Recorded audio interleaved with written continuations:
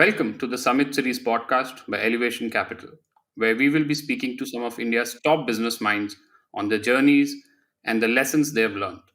Our guest today is Abhiraj Bhal, co founder and CEO of Urban Company, Asia's largest home services platform with operations across 37 cities in India, UAE, Singapore, and Australia. This is my first episode on the Summit Series, Abhiraj, and I could not think of a better guest to have than you. Thank you so much for joining us today. Thank you so much for having me, Mridul. It's an absolute pleasure to be here with you. Awesome. I look forward to this chat, Abhiraj. Before we begin, I want to share some facts about the company with our listeners. Urban Company was founded in November 2014, and in a short span of 6.5 years, the company has delivered 25 million plus home services, empowered 35,000 plus service professionals to run their own businesses across categories such as beauty, cleaning, plumbing, carpentry, and appliance repair.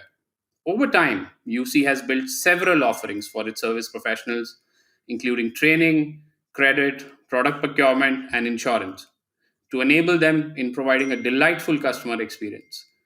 Most recently, Urban Company was valued at upwards of $2.1 billion in their most recent round of financing. Elevation partnered with Urban Company in December 2014, pretty much in the first month of launch, and invested $750,000 back then. At that time, the company had 100 professionals listed on the website, 1,700 users who had visited the website back then, and about 40 warm leads that the company was pursuing. The company has clearly come a long way since then, and over time, Elevation has invested about $15 million in the business across various rounds of financing. I think the only thing I'll add is the first time we met Elevation, uh, we had, I think, launched the website 2 days back, and we had zero or maybe one warm lead. So it was, really, really early. Let me just put it that way. Awesome, Abhiraj. I would love to start with some of these early days and frameworks. In fact, let's start from the beginning, from the time UC didn't even exist. I know Varun and you were close friends from college. There was always this idea to build something together. I also remember a conversation we had a few years back where you mentioned that the idea of UC or the idea of starting up, in fact, was triggered in 2014 by an email you wrote to him from a flight. What happened during that flight? What did you write in that email?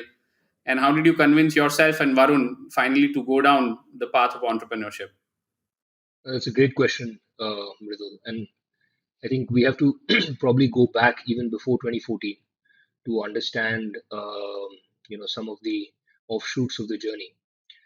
So Varun and I, we were together in IIT Kanpur from 2005 to 2009. Both of us were bachelors in electrical engineering. We were in the same hall, in the same wing, and a lot of camaraderie. Um, in fact, I first met Varun during the counseling of IIT, which happens for us. It happened in IIT Madras. Then we met in Kanpur again, and we recognized each other from counseling. And pretty much from the first day on campus, I think we were very close friends. Post IIT, we went our separate ways. Varun went to the US to work for Qualcomm in their R&D labs in San Diego. I went to IIM Ahmedabad. And I think the first real conversation that we had um, around starting up was in my second year at IIM Ahmedabad. So at the time, we discussed about what it means to start our own company, um, and we had an interesting idea in the edtech space, which we never actually got around to building. But we were very inspired back then by Khan Academy, which had just taken off, and we thought that it's worthwhile to do something in the edtech space. Um, but that actually required you to, give up the BCG offer that I had, get started, and somehow I think at that time I was not ready. So I told Varun that it's not going to happen, and let's stay in touch and let's continue to discuss and ideate. Hopefully, some at some point down the line, we can partner together. I then post IIM joined BCG. Incidentally, Varun also moved to BCG in their office in New York. And then I would say started a long, uh, period of us actually having lots and lots of discussions. So 2011 to 2013, there probably wasn't, any weekend or any month when we wouldn't have scheduled time for a deep brainstorming. We prepared an Excel sheet of ideas, much like a typical consultant would. And over time, that Excel sheet started running into, hundreds of different ideas. Each of them, saw the TAM, the market opportunity, this, that. Um, I think 2.5 years into doing all of this, I realized that it wasn't actually about the idea. Up until that point in time, I felt it was all about the idea. And if you had spoken to me and asked me, why, what I was waiting for, I would have said, I'm waiting for the right idea. And, once that lightning bolt hits, that's it. I'm going to leave consulting and start. At about 2 years into doing this, I realized that, this is not going anywhere. We can do this for the next 5 years of our life, next 10 years of our life, and we still will not get to the point of starting out. And the reason I don't have a concrete idea on the table is because, I'm spending 14 hours a day working for someone else, and a paycheck hits the bank account every month. Uh, the day I spend those 14 hours thinking about what's broken around me, and there is no paycheck hitting, in 2 months the idea will come. So I think that was, I would say, the first point of the first point of some maturity in the startup journey, where I said that we will have to quit BCG without a concrete idea, and that is fine. We'll have to live with that ambiguity. That's when I wrote that email. So this is sometime in 2013. That's when I wrote that email to Varun, saying, "Look, we've been talking, we've been having these conversations, but we have to take the leap, and we will not be convinced, but that's we'll just have to, we'll have to believe." Um, I think Varun was, probably more itchy than I was to just get started. So he was, anyways, very, very convinced. Then after that, I think there was just a set of steps that we took. Came back to India, um, quit BCG. Interestingly, started on another idea and spent a few months there. That didn't quite work out, um, or rather, let me say, that wasn't as exciting and as large an opportunity as we wanted to pursue. Um, so, middle of 2014, we went back to the drawing board and we said, what can we do, which is large, broken, unsolved. During the first idea, we had met Raghav. Raghav's background is that he is a computer science graduate from UC Berkeley, then worked at Twitter. He was one of the early engineers there. Left Twitter when they went public, came back to India, and he independently started another company, which also didn't work out. So I had met him when he was building his first company, Buggy.in, and you know, I was trying to convince him that it was a bad idea and he should come join us, and he was trying to convince me that what we were building was a bad idea and we should come join him. And I think both of us were at some level right. So both ideas were bad. So when we wrapped up our first attempt at building a startup and went back to the drawing board, one of the first things I did was actually called Raghav and wanted to check with him where he is. And interestingly, the same week he had wrapped up Buggy. So he was actually doing nothing. And that was the common thread between the three of us at the time, that we were not doing anything. So I invited him to come brainstorm with us together. And then I would say it was a process of exploring different spaces, different ideas, spending a lot of time in the markets, talking to regular customers, talking to service professionals.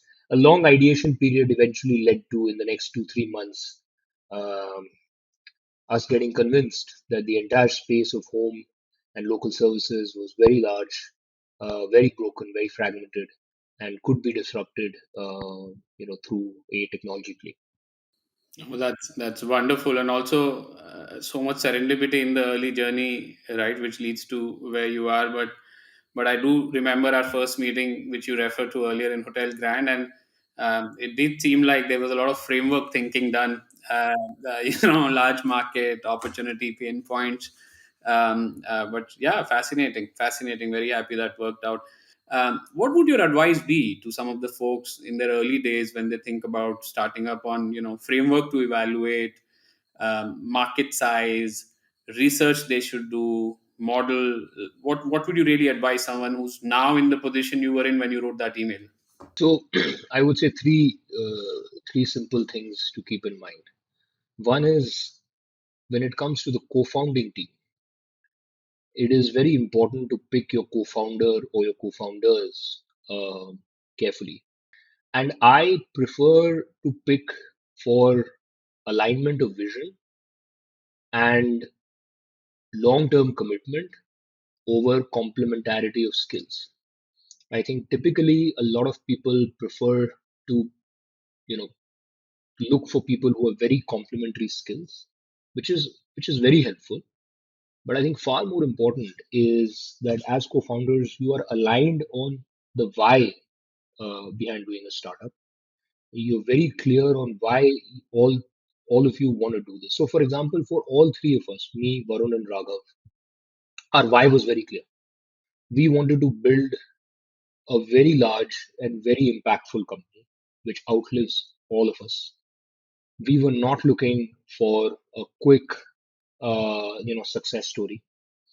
And even on the first day when we came together, um, we said that there's going to be a multi-year, potentially multi-decade journey. So we have to be willing to commit that kind of a time frame. And even if things don't work out, we have to be willing to at least commit 5 years. And so 5 years, no questions asked. If things don't work out in 5 years, then maybe at some point life has to move on. But that alignment of the why you're building and what is the minimum commitment that you're willing to give on the table, I think that's very important because invariably what will happen is the first 1 or 2 years are very tumultuous. They're hardly a straight line. There will be rough patches, and you don't want at that point in time people to be second guessing the decision of starting out. So I would say first is this alignment on the vision, on the commitment to the journey, um, and in my view, this trumps skills. You can hire for skills, but you can't hire for these things. The second is then the opportunity that you pursue. Now this is always tricky because sometimes the largest of ideas that have gone on to become very large companies haven't necessarily fitted the box of a very large TAM on day one. And this could be, a good example is Airbnb. A good example could even be Facebook in its early journey, and so on and so forth. Right? They created new markets.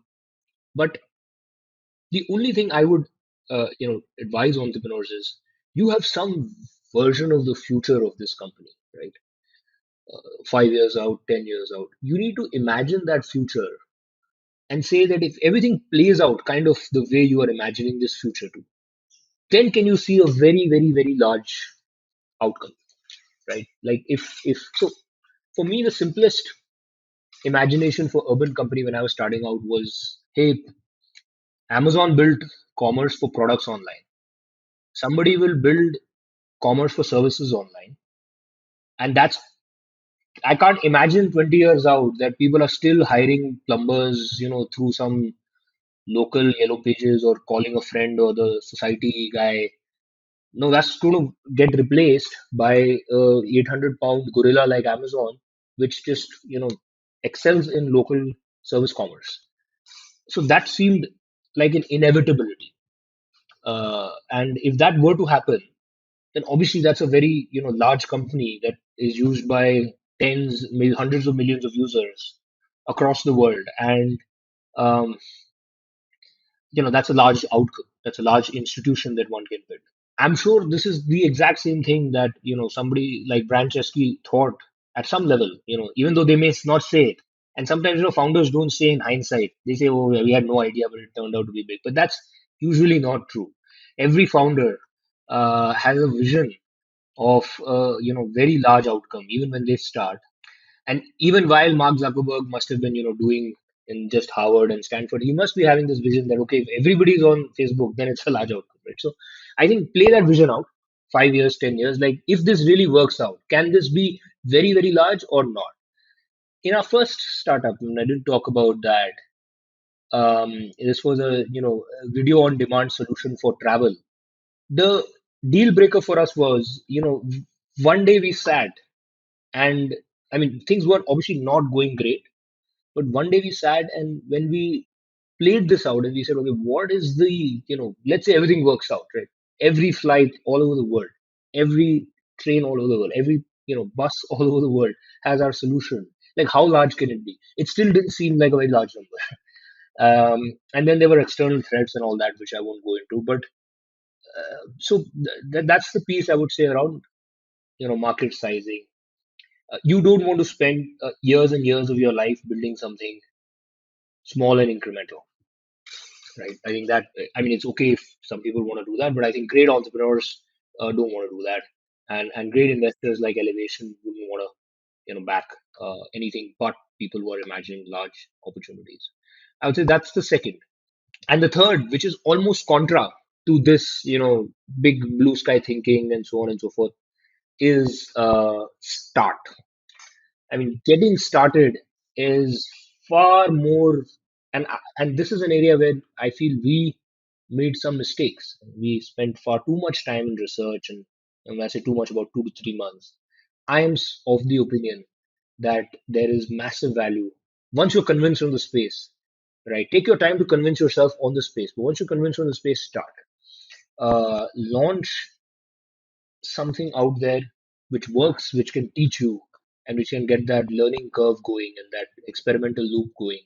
Now, very prevalent in the startup ecosystem, the whole concept of minimum viable product. It really is a product or a solution that you're ashamed of launching, and you feel really terrible that this is what you have launched.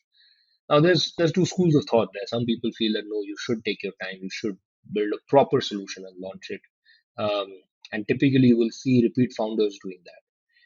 Often, they have their reputation on the line. They already have a great, base of followers, customers. Day one, they have traction. They're able to raise capital very fast. So that playbook might be different for a repeat founder. But if you're a first-time founder, you want to prove to yourself first, and then to your potential recruits, to your customers, to potential investors, um, that you can execute. One of the biggest risks for anybody who's partnering with you is the risk of execution. That you're just all in the air making all these strategies and frameworks, but you don't have a product. So I think launching a product sooner rather than later is the third piece of advice in the very early days. So these three things I would say should come together. One, get a great team which has long term alignment on vision and commitment.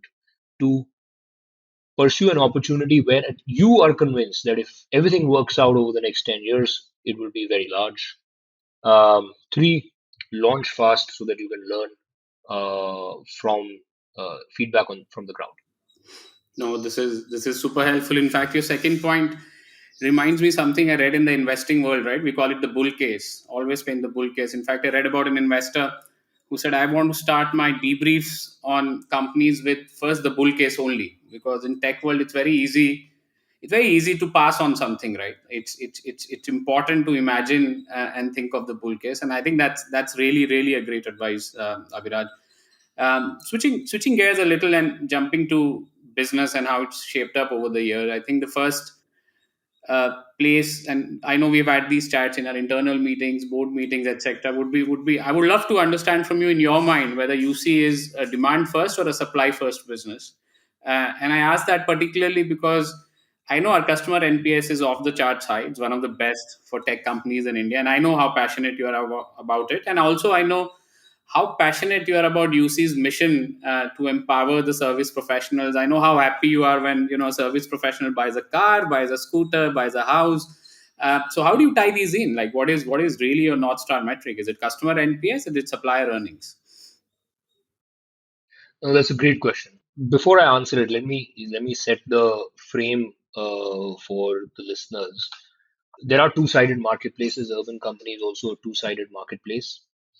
But in reality, if you map our demand side on one axis and the supply side on the other axis, then we in every city have to operate in small micro markets.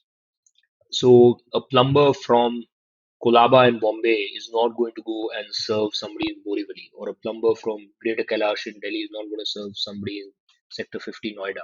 So you have to be present in every micro market.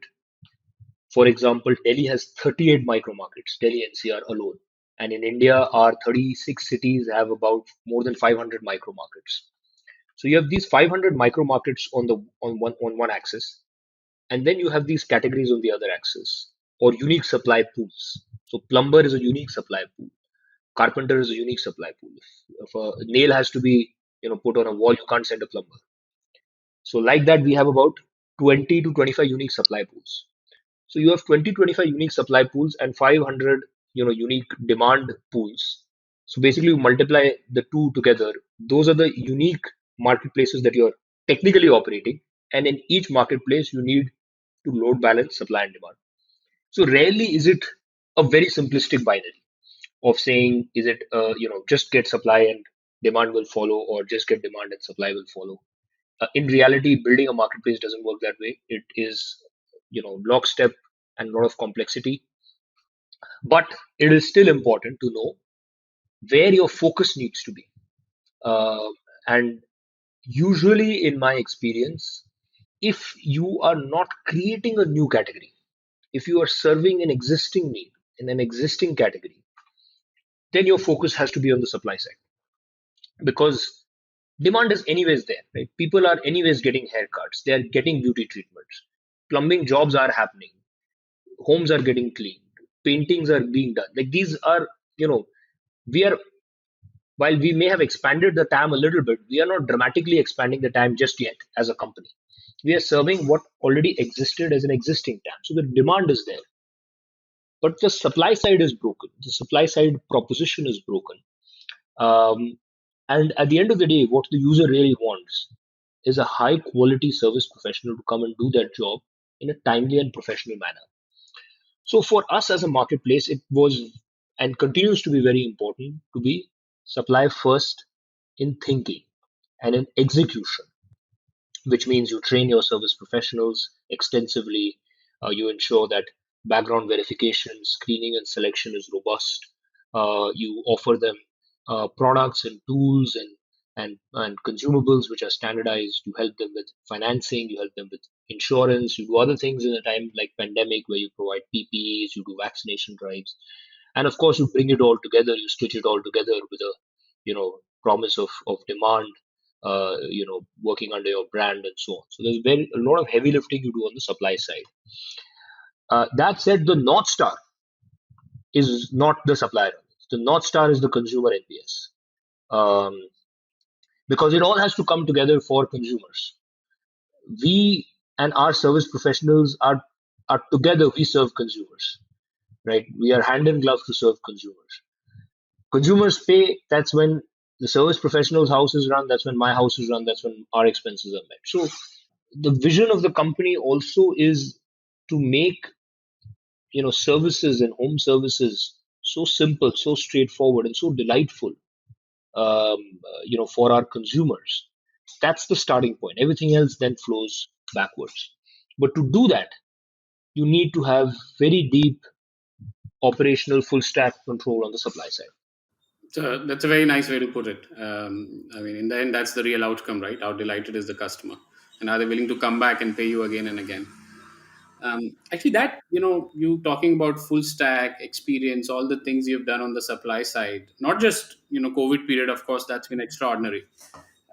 It's also been a lot of changes, right, over the years. I mean, call it small pivots or momentous decisions, but along the way, a lot of this has happened. And what's fascinating is there was no global playbook, right? Like, there is still not a global playbook. I think we are the global playbook. And I remember there was a different monetization model we had when we started, which was bidding, very, very tech centric approach. People will come bid, I remember there was a time when we shut down almost half our business because that didn't fit the model of full stack and being able to control the experience. And I also know that these decisions were very data driven, deliberated, but then taken with a lot of conviction. So can you just maybe walk us through some of these key shifts over the last 6.5 years, your thought process or the team's thought process behind it, and then what has really led you finally to what is UC today, which is really, really a full stack model across a set of very deep categories. Yeah. So, let me, before I explain the journey, let me make an important, broad point, which is that we are, as a company, committed to the outcome that we are pursuing, which is to delight consumers. And that's what we're wedded to. We're not wedded to the models. We have a model today, it may evolve into something else in the future, and so on and so forth. That said, actually, we have tried every model that is possible in the home services ecosystem to the best of our understanding. From super light touch, uh, listing kind of model to slightly more evolved, matchmaking and curation, to a close-ended marketplace, but where we don't go beyond closing the loop and making the transaction happen, to a full stack marketplace where you actually fully enable the service professional with all the steps that I spoke about. To actually also, the next iteration of this is to actually have people on your roles who are delivering services. So there are like multiple models, and we've tried all of them. And at various points in time, we've had different models in the company. But what you were referring to is, there was a time when we had half the business coming from this more lead generation based matchmaking approach, and the other half coming from, deeper, more full stack playbook. That happened because we started with lead generation, we started with curation. At some point, we realized the NPS and the consumer retention is not phenomenal. So we have to do something else. So then we picked one category from amongst a set of categories we were doing, which was beauty. And we went deep into beauty and started building the full stack playbook. We realized that is working, and that is, getting lots of users to repeat, word of mouth to flow, supply retention to be amazing. And then we started replicating the beauty playbook in a few other categories. And that naturally led us to a point about 3 years into our journey where we now had 50-50, one business coming from, this full stack services, the other being these lead generation services. At that point, I think the company had to take an explicit call what the future is going to be like. What is the business that we are in? Because you can't. And in my opinion, we had dragged on that decision already for about 6 months. So we could have taken that decision 6 months earlier, not waiting for the full stack business to reach 50% kind of a scale. Even if it was 25 or 30%, there was enough data to take that decision. Let me put it that way. Then it boils down to gut and courage. When you have data, but how do you shut? You've also raised so much venture capital money. You're answerable to people like Mridul. So how do you shut off such a large revenue stream overnight? So I think we waited for the full stack business to get to 50%, and that's when we went about and told everybody in the company, as well as the investors and everybody else, that this is the future now. This is what the company is going to do. There's going to be no lead gen. I remember at the time there were a lot of conversations, can we do something with lead gen? Can we hive it off? Can we rebrand it to something else? Can we sell it? And I think I was very clear that no, there's only one future, which is that you shut it, you move on in life, right? Whatever can be transferred to a full stack model does is done, and the remaining is basically you kind of wrap it up and call it a day. Yeah. So that I think we then did that very fast. Once the decision was made, I think we made the decision. 3 months later, full stack was about 80-85% of our business. Lead gen was less than 15%, and then it died as natural death 3 months after that. So yeah, I think that was one important pivot. But while it seems like one pivot, I think throughout our journey, we've taken several such micro pivots to refine the model, fine tune the model. I also don't believe in one product market fit that you get to and that's it, and then your life is sorted. I do think there is one product market fit, the first product market fit that you have to get to, which defines whether your company will die or survive. But after that, from surviving to thriving and from being a good outcome to a great outcome, you can't just rest your laurels on that one product market fit having been reached. You have to keep reimagining, even at scale. Like even today, I think if we can't reimagine 10x, and 10x may not necessarily take what we're doing right now to just scale it. It might require different things. Uh, so we are quite open to many of these things as a company. No, that makes a lot of sense. In fact, one thing in within Elevation, we discuss a lot about you and your team is the fantastic when you've always kept on increasing the TAM. And I think that's the example we use most often with, at least I use with a lot of early stage founders. And TAM reminds me in early stages, there was always this question of what's our TAM, what's our market size. I know once we did this extensive exercise, there's everyone, analyst of all investors working with Abhiraj and Varun estimating TAM bottoms up, almost like counting customers. So talk me through a little, and I think we have just expanded TAM, right, all the time, whether it's geography access, category access, take rates access. Did this question ever bother you? And like, what were your steps, especially in the early days? I'm sure this question is irrelevant and redundant now. Like, what did you do and see in the business every day that kept your conviction high on time? And like, how did you keep on just expanding that incrementally? Yeah. So let me start off by saying that this question is not redundant even today.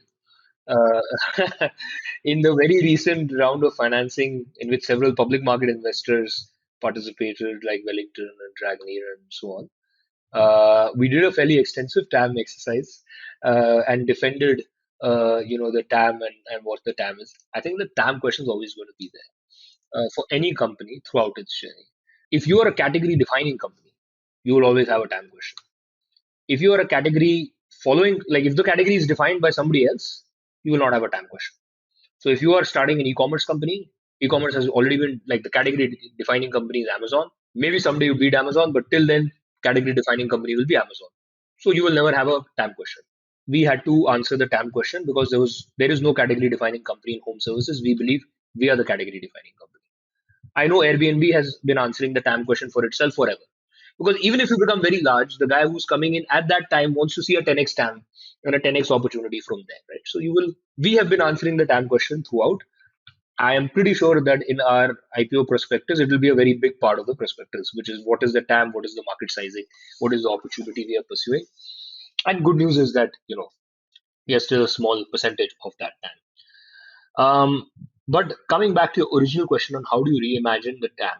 See, for us, we started very broad. On day one, we started with multiple services with this whole, lead gen model. Then we went very deep in one category and started shutting our lead gen model. So we reached a point about 2.5 years into our business where we were only in a few select categories insofar as our full stack playbook is concerned. And obviously, the TAM for those categories was large, but it wasn't super large, particularly in the top 7, 8 cities where we were operating. So the things we did was, uh, very, very classical and simple. We used the access of same city, same category. How do we keep going deeper? How do we keep opening the TAM within it? So, for example, we started with only skincare services for women's beauty, but we expanded to facials to now we've recently launched hair services and treatments, uh, and that just keeps increasing the TAM for the same category. We launched a men's haircut and grooming business, which has done quite well. To further expand the TAM, we launched a spa and massage business, and that's done quite well. So within the same category, we kept imagining how we can go deeper and deeper into the consumer's wallet in the same category and the same number of cities. The second thing we did was we added more categories, and that's a journey we continue to do. So we added a whole bunch of categories. Home services was pretty much absent 2 to 3 years into our business, but we added a plethora of home services from plumbing, carpentry, cleaning, appliance repair, AC service and repair, painting, and we are continuing to add. There are, as we speak right now, there are 5 to 6 new category experiments that are underway in different parts of of India, and we are quite bullish that a couple of them will become large over the next 2 years.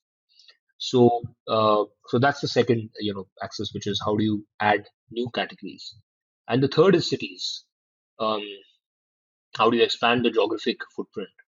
We were a top 10 city play for a very long time. I think for the first 5 years of our life, we were only in the top 10 cities.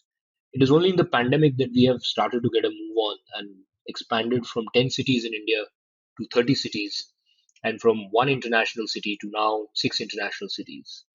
All of this has happened in the last 1 year. We expect to be in 50 cities by the end of this calendar year and 100 cities by the end of the next calendar year. I think for a business like ours, 100 cities in India is a no-brainer.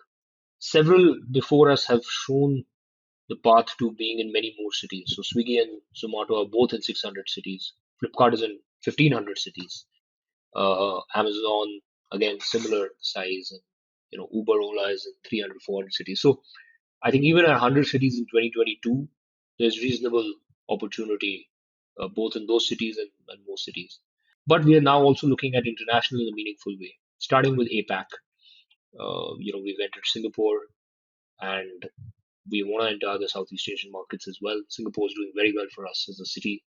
Dubai has done very well for us, and now we've entered Saudi. Riyadh got launched 10 days back.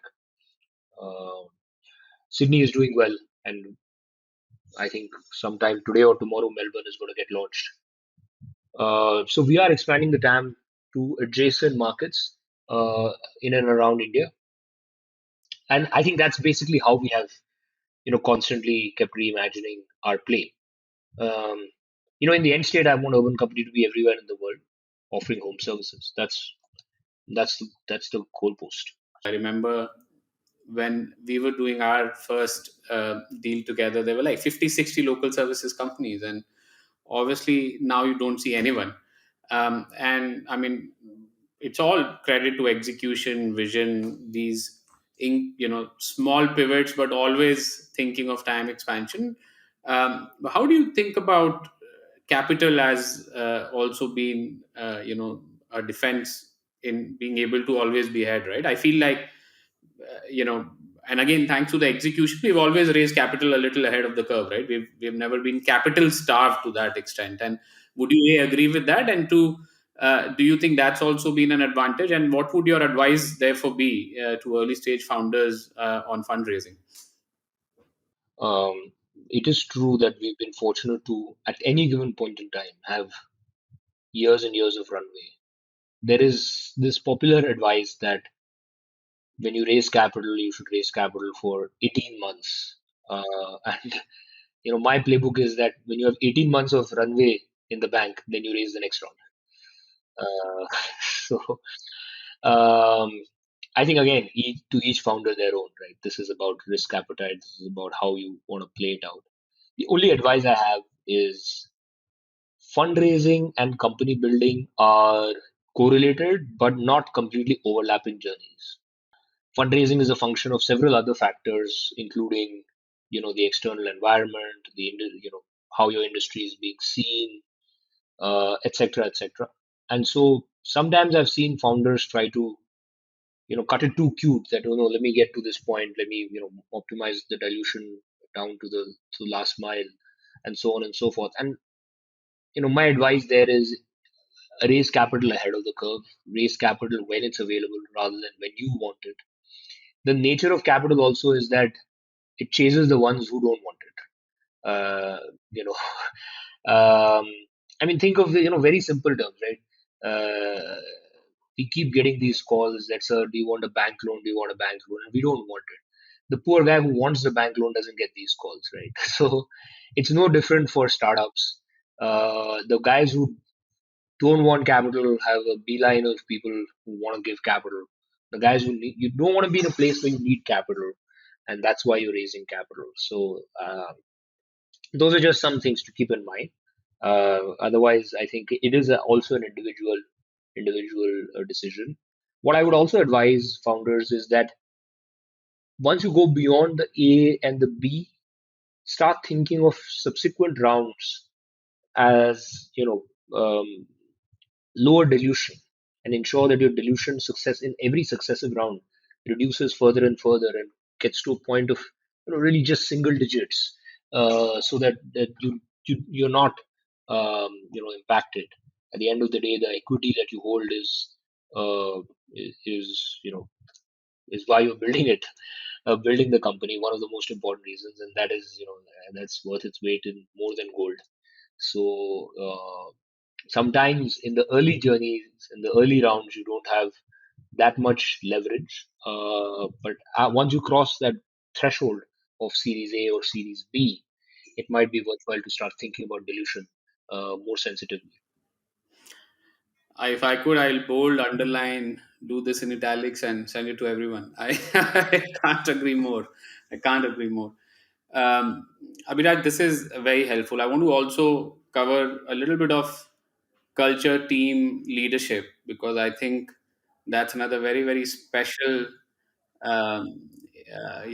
thing about you and UC personally. I feel we already spoke a little about customer centricity, supplier centricity, amongst other many things. I think two things also have stood out to me over the years. One is being very data driven in decision making, and also being frugal. Right, your MISs are still legendary. All most times sent to people to say, "Listen, this is the detailing we need." I remember discounting we have rarely used. I remember the when we did the first ATL marketing, there was a very very rigorous way to measure it. How would be great, like for again early stage founders, all of us. How did you pick up some of these values? How do you nurture them in the company? How do you imbibe them in the team every day? And I mean, honestly, I see the whole team speaking the same language. So very keen to understand from you how you went about this. Sure. I think there are multiple points there. Let me try to address each of them. Let me start with the whole point around data and transparency, data-driven decision making and transparency in decision making. As a company, right from the very early days, data-driven decision making has been central to our value system. Um, Anybody in the company, it doesn't matter what the source of the insight is. If the insight is data backed, then that's what we go with, whether it comes from an analyst or the CEO.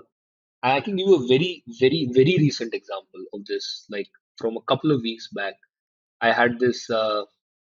Sometimes I'm guilty of breaking these, data-driven insights. So I had this lightning bolt that why can't we pull the help center out of the burger menu and put it in the bottom bar so that users can access the help center more easily.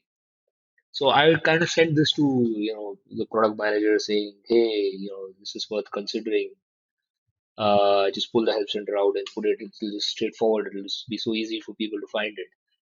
And then I think after a day, he came back to me. This was like somebody who's a couple of years out of college, and he said, "Look, I analyzed it. I looked at these numbers. I looked at some of the players also. This doesn't make any sense. So you're wrong, right? And we're not going to do it." I said, "Great, that's phenomenal. Go ahead. Right? Forget about the fact that I ever mentioned it. Right? I think that's part of the culture that we have as a company. Um, there are several things you have to do to build that culture. um, we have 100% data democracy in the company. 100%. Any person, of course, keeping in mind consumer privacy and all of those things are not, are all protected. But beyond that, companies' data, analyzing that data, every individual in the company has access to it to be able to draw insights. We insist that all the people who join us, regardless of their background, in our business teams, in our marketing teams, in our product teams, even in our customer support and finance teams. They learn scripting so that they can write their own scripts and pull out their own data from Jarvis, which is the data tool that we use. We use several other data tools, Tableau, Looker. There's probably no data tool out there that we haven't used. We have our own app which summarizes data and shows it to us on a day-to-day basis. And data is fully transparent. Transparency is another, I would say, core value of UC. Um, every MIS that I send out to my investors every month, the entire company is marked. Again, I've been asked this question by some of the fellow founders that what if it gets leaked, and it's as it gets leaked, and what's the big deal? I mean, our this is not the competitive advantage. That Excel sheet or that MIS is not the source of competitive advantage for our business. You can't look at it and make urban company. It doesn't work that way. So whether it's our PPT or our MIS, it's fine. It gets leaked. It gets leaked. And actually, when you have this culture of transparency, and the interesting thing is, people only leak what is not, what is inaccessible, and not a single example in the last 7 years anybody has leaked it, because this is access, they anyways have access to it. It's nothing special.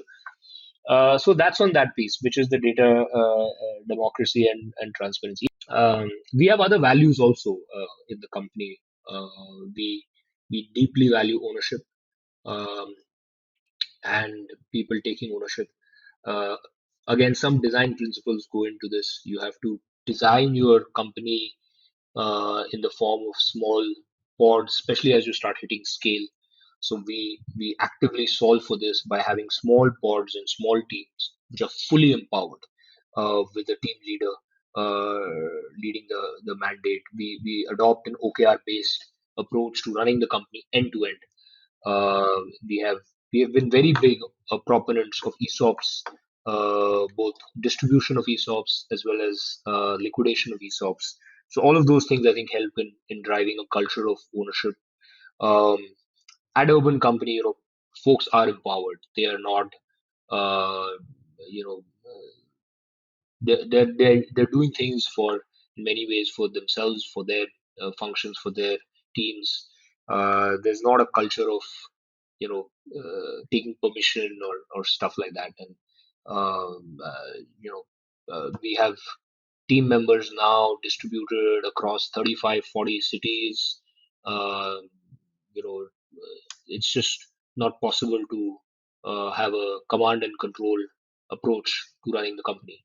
So we are a decentralized, distributed leadership, and that's how we run the company. And I actually very firmly believe that the future of companies like ours is also decentralized and distributed leadership. Yeah, yeah. No, I think I can also vouch for your empowering your team. Every board meeting, investor meeting, team members will come and present. It both obviously gives a sense of ownership, responsibility, and also hopefully uh, exposes them to more people. And I think that's fascinating. Again, one of the examples I use with a lot of early stage teams as best practice to follow. It's That's great. A little bit, Abhiraj, also on your personal leadership style and evolution, and maybe tee that off with most recent times. I mean, last 12, 15 months have clearly been tough in more ways than one for everyone. But I also think um, your leadership has been truly inspirational.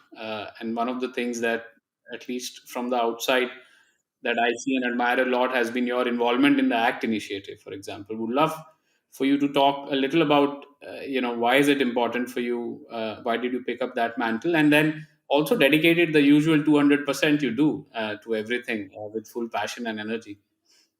No, I think the last 1 year and bit has been difficult for all of us. Um, we've seen two waves of COVID, one of them being extremely unprecedented in its scale and the impact it has caused on our society. We as Urban Company have lost one of our dear colleagues who was with us for over 6 years.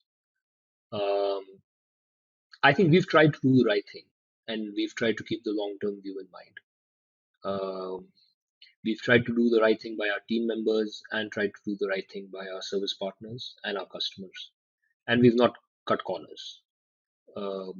We've, for example, for our service professionals, we've done a whole bunch of measures, uh, from free PPE kits that we distribute till date to several interest-free loan programs, financial assistance, medical support. We are now running one of the largest of its kind vaccination drives in the country. Um, Today, as we speak, over 2,000 service professionals are just going to get vaccinated today.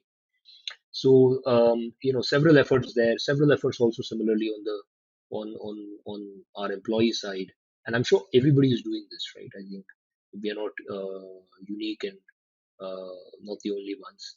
But I think what we have done is we have realized that this is, hopefully this is, um, not a long term thing. Hopefully, this is not going to be around for 10 years.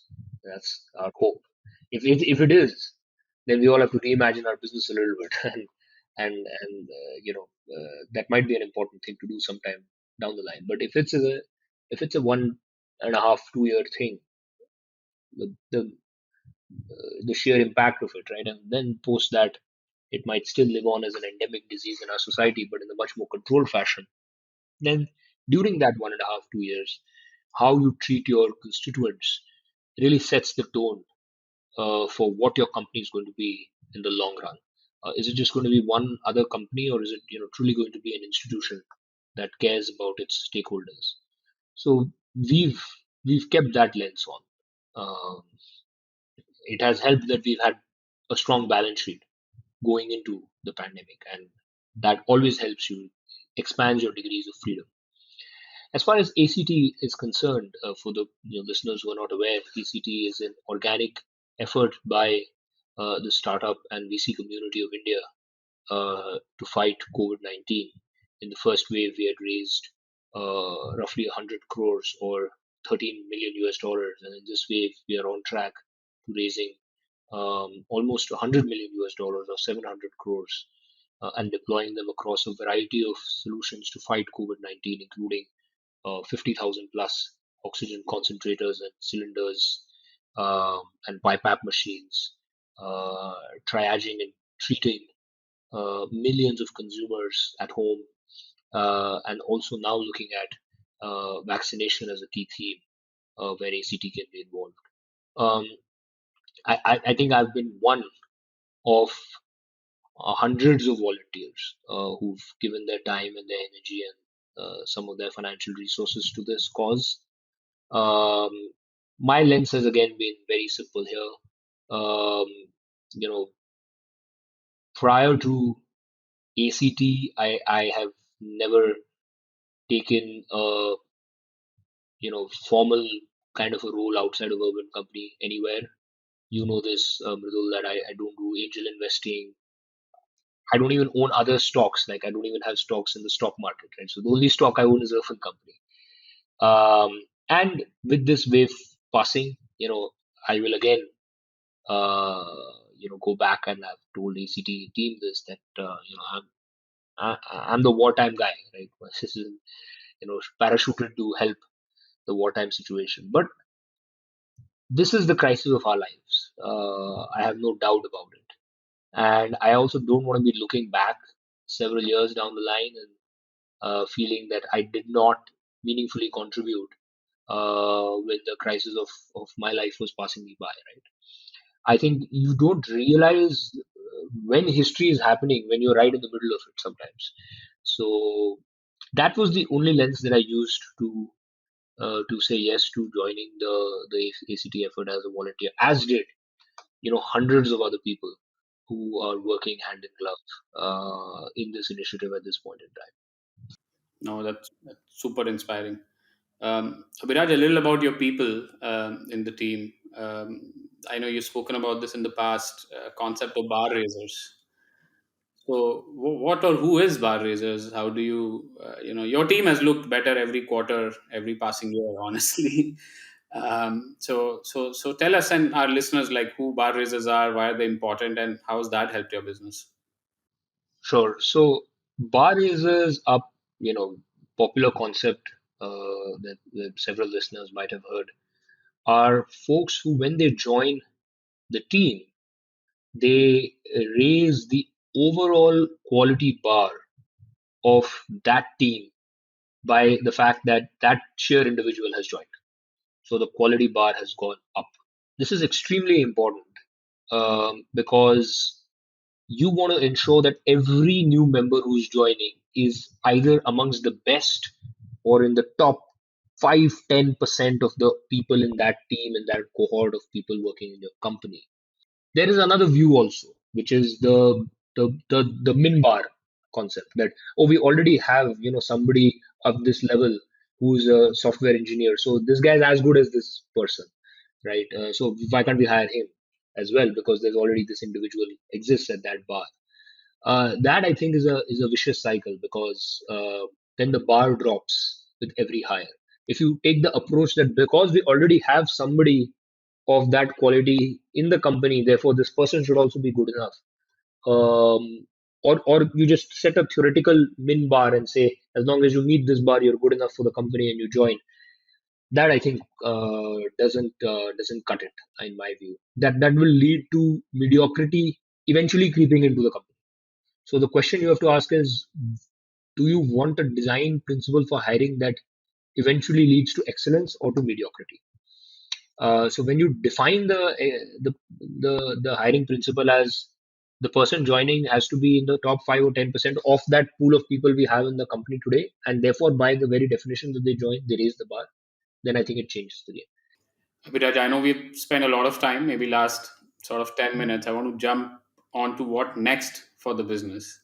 And maybe then slice it again as how I started, which is customer side and supply side. So, would love to know, as with the current scale, what are areas that you are now focusing on to keep delighting or enhance the customer experience? And then, in the same vein, would love to know what are some of the things you're planning on the partner side to really up the game there. Sure. So on the let me start with the consumer side, and there's a lot of work to be done there. So for our India business, I think about the next 2 years, 2 to 3 years, in three simple buckets. So far, we have been catering to an audience best described as India A. These are the top 10 million households where the household income is above 30,000 US dollars or above 25 lakh rupees INR. Um, Usually dual income, middle class, upper middle class households. Um, in all the categories that we serve to these households, we have today a blended average penetration by value of about 4 to 5%. So the first goal is, can we take this 4 to 5% over the next 2 years to about, say, 15%, which would mean a 4x growth, because the TAM also is growing. And for that, our proposition needs to get further enhanced in several of our categories. And we are doing a lot of work there. So, for example, in our entire appliance repair category, we have started a deep effort of being full-fledged participants in the service journey. For example, again, slight details, but I'll give you an example of this. This year, for our AC service business, which is one of our core appliance categories, um, we now have rolled out solutions which allow us to have complete end-to-end visibility of what's happening on the job and what is the actual diagnosis and repair work that is being done. Um, you would be aware that in AC servicing, very often the technician will say that your gas is over. Uh, and as a consumer, like, you have no idea whether the gas is actually over or not over, and now what to do, etc. Uh, so this is again getting into slight details, but we now require our technicians to take a photograph of the pressure gauge. You can't like upload a photograph. The app only opens into the camera. There's enough heuristics to know if you're trying to gamify it. Take a photograph of the actual leak point, because gas is not like petrol. Most consumers think, this is like petrol, it got consumed, then next year it again has to be filled. No, the refrigerant gas should not be required to be refilled throughout the life of the AC unless there is just like a tire, there's a puncture and it has leaked. So the puncture has to be identified by the technician. He has to upload a photograph and he has to upload a photograph of that being repaired. And there are two, three other steps which I won't go into, which so it's almost foolproof what we have rolled out. This is one subcategory within one category, which is AC within the larger realm of appliance repair. Like this, we have an entire invoicing system, an entire system that is rolled out to check for any fleecing that might be happening. And we've now had a warranty program for 90 days rolled out by default to consumers. So in case the problem reoccurs, you don't have to talk to a call center agent, you don't have to do anything. You push a button, and much like returning a product on Flipkart or Amazon, this technician will come back, solve it. If it doesn't get solved, our matter expert will come. So we've already seen a fairly decent step jump in our NPS this year compared to last year through several of these initiatives in the appliance repair category. Like this, we are solving in several categories other initiatives as well. In appliance repair, we are also rolling out a video consultation feature where consumers can get early consultations. So a lot of work to be done, within the NPS and category expansion for existing cities in India A. We are also expanding to new cities. So that's the second piece of focus. And we, as I mentioned, want to go from 30 to 100 cities. We also want to focus on India B. Now, what is India B?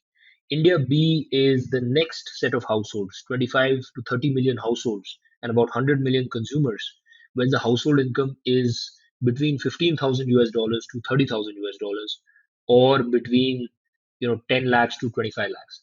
I call India A the flight segment and India B the two AC and three AC train segment. So India A takes the flight when they have to go back home to Diwali, and India B usually takes the two AC or three AC train.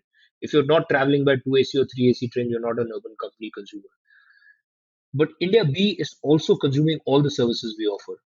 They also consume the beauty service, but they don't go to a Lakme or a Gitanjali or an urban company today. They go to the local, Saloni beauty parlor.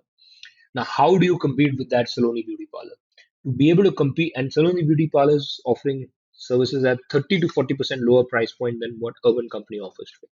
So to be able to compete with that local mom and pop beauty parlor, you have to be able to bring down your price through a new tier, which is what we've done, and value engineer the entire service, including the SKUs, including the products that go in, which are more white labels, including the type of beauticians, the extent of training, the kind of hubs you create, so that you can compete at that price point while continuing to offer a high quality and reliable and professional service. So this is something we have just started with our salon in our erstwhile, first business salon. We've launched a new tier which is catering to India B, and we intend to, in some shape and form, launch versions of this solution which is catering to India B across all categories over the next couple of years. Beyond these efforts of going deeper in India A in existing categories and cities, launching new categories, and also expanding to India B, we have a bunch of completely new categories that we want to enter, where experiments are ongoing. CPIT solutions, integrated CPIT solution is one. We are doing experiments for cooks. We are doing experiments in treatments at home. We're also looking at larger home projects and interior design, so on and so forth. So there's several such initiatives that are underway. This is all for within India. Outside of India, as I mentioned, we are now in multiple markets. We want to cement our place there. We want to fine tune our product market fit, and that will take the next 6 to 12 months. We will also look at gradually expanding to newer cities in and around the APAC region. Um, so several things on the consumer side that need to be done. On the supply side, I think we need to think about how we can go beyond just being finishing schools, and taking existing professionals who are really good at what they do and then upgrading them. So we started as aggregators of supply, then we moved to upgraders of supply. So today we are upgraders of supply, but can we be creators of supply? Right? I think that's the next logical step in our journey, So we are as a team, thinking about that. How do we do more intensive training programs where you can almost bring in freshers and transform them into great beauticians, great cleaners, great masseuses. We've done some pilots in beauty. We've seen phenomenal results. These people don't come with any baggage. They can be trained over a 3 month period, and they are now 4.8, 4.9 rated partners on the platform. Um, and then there is obviously, you know, the here and now opportunity over the next 6 to 9 months to be very aggressive and drive share shift from the offline world because of the pandemic. So these are some of the things that we are looking at over the next couple of years. Abhiraj, last topic from my side. I know this is something close to your heart and important to you. It's not something you started talking about now just because IPO is in fashion. I know you used to speak about IPO even 3, 4 years back. So would love to understand why is it important to you that UC is a public company, and how are you preparing yourself to both go public and then stay like an enduring company post going public. Yeah, no, this is a good question. Um, it has a simple answer to all the listeners who are entrepreneurs. When you take venture capital money, the meter is down, right? The taxi meter is down. Now you can either sell your company or you can go public. Basically, those are the only two options to give an exit. There is a theoretical third option that you buy back, which I don't know any company has done. So these are the two options. We obviously don't want to sell Urban Company. It's not that there's anything fundamentally wrong with selling a company. Um, I think you should sell a company when the what that company can be. The vision doesn't align with your vision. Um, but for UC, we believe that UC can be 100 times larger than it is today over the next 10 years, and can create deep, more importantly, can create deep positive impact in the communities and the cities that it serves for both customers and service professionals. Bring access to higher quality of services, safer services, and more convenient services for customers, and create jobs, lots and lots of jobs, hundreds of thousands of jobs, and good middle class, high paying jobs for service professionals, which allows them to have a middle class life with dignity. So the vision is, very bold, and we therefore want to continue to build on this vision and create lots of value for our shareholders. The one logical way to do that, or the one logical milestone in that journey, is to take the company public. Then your stock is liquid. You have created tangible value for your shareholders um, and your employees. Um, I also think like it shouldn't fundamentally change also the way you run the company. I don't think it's like a super strategic decision which changes everything, and that's also not useful. Um, I think it's a milestone, and it needs to be treated as a milestone, and it's an important milestone. Um, we definitely want to go public. We have accelerated some of our timelines. Earlier, we were thinking 23, 24. Now we are asking the question, hey, can we do it in 22? There is reasonable amount of preparedness before you go public that you need to do. I think the most important being one, the business has to have some degree of predictability, um, and it takes some effort to get to that point. It has to have reasonable amount of scale, and your internal finance, legal, and several other teams and processes need to be of a certain standard. Uh, Compliances, SOC compliance, this, that. So we have that process which has started now. We have prepared a checklist, an IPO readiness checklist. We are working with bankers and others, consultants and others, to help us fast track the journey to be prepared to go public over the next 3 to 4 quarters. The final decision of when one goes public is a function of several factors, which one will decide in about 3 to 4 quarters. But in the next 3 to 4 quarters, we're going to be ready to go public. So that means we have to get to a certain scale, which we are committed to doing. Um, we have to get to a certain level of internal preparedness, and we have to have certain predictability in the business. because that's one important factor as a public company that you need to have. As a privately held company, it's great to put an annual operating plan, and if you achieve 95% of that plan, then the internal investors will be like, "Hey, phenomenal, well done." But as a public company, if you achieve 99%, it's not good enough, right? It's also not helpful if you achieve 110. Then you're sandbagging your guidance, and it'll be baked in the next. It'll be baked in the next one. So, you have to have accuracy and predictability. And over time, I've realized why. It's not just predictability for the sake of predictability. You need to be a certain quality of business to be able to predict that business down to the last mile. It's not easy to do it. It because the business to be of a certain scale, maturity, and quality to be able to do that. So that's the journey that we are not yet there. We will take another 12 to 18 months to get there. Got it. Got it. No, that's helpful. Yeah, that consistency is really very well regarded in public markets, obviously. Abhiraj, this has been amazing. I obviously can't wait for the day when UC will be a publicly listed company, and you ring that bell. This conversation has been truly fascinating, truly engaging. Thank you so much for joining us on this today. I'm sure a lot of founders will derive a lot of learning from this. So did I. So yeah, fantastic. Thank you so much. Thank you so much, Mridul, for having me.